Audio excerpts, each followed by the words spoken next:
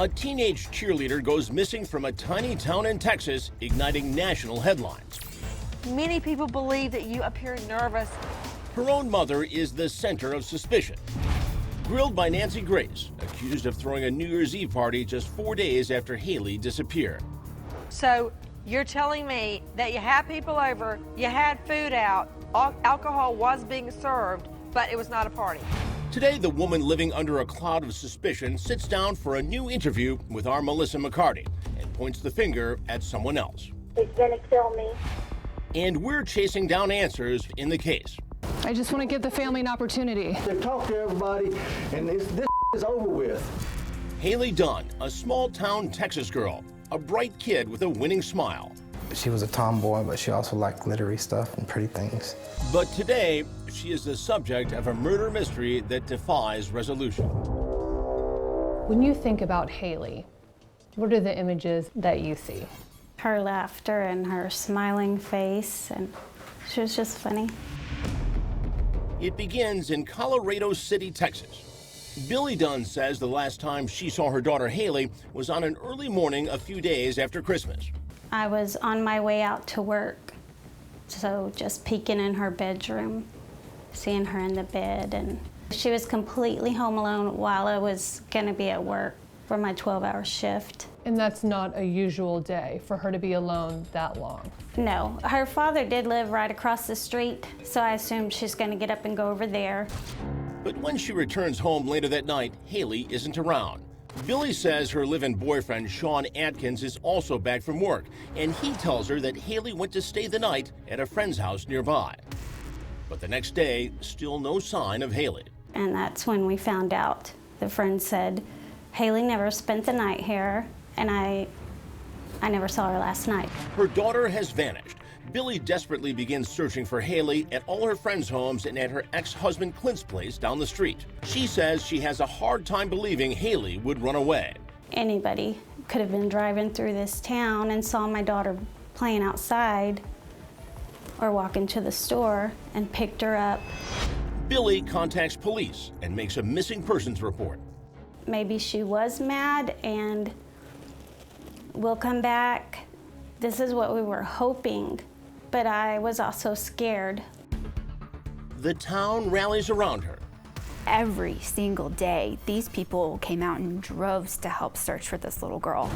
Crime Watch Daily affiliate CBS 7 News anchor Tatum Gwynn has covered the story from day one. We had a story every day, a search update on Hailey for a very long time. Anytime human remains were reported, we were always on high alert saying, oh, this could be her. That group the whole time said, no, we're holding out hope. She's gonna be alive. We're gonna find her. As in any missing persons investigation, police turn to those closest to Hailey.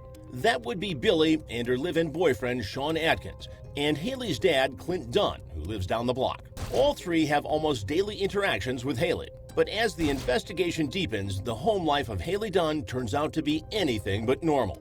From your reporting, what was the family life like for Hailey? She loved her family. And so home life seemed to be very simple, but the further we started learning about her family, things seemed to be different behind closed doors. You know, we got word about a lot of alcohol, a lot of partying from her mother. And so you got the sense that maybe home life was a little harder than what they let on. Both Billy Dunn and Sean Atkins are on police radar even before Hailey's disappearance. Just about 10 months before Hailey went missing, there was a call to police, a domestic disturbance. The couple's relationship is tense and combative, with both calling 911 on each other. I really need to file a report on somebody. What exactly happened? I broke up with this guy a couple of days ago, and he's telling me that he's gonna kill me and that it's gonna be remembered for a long time.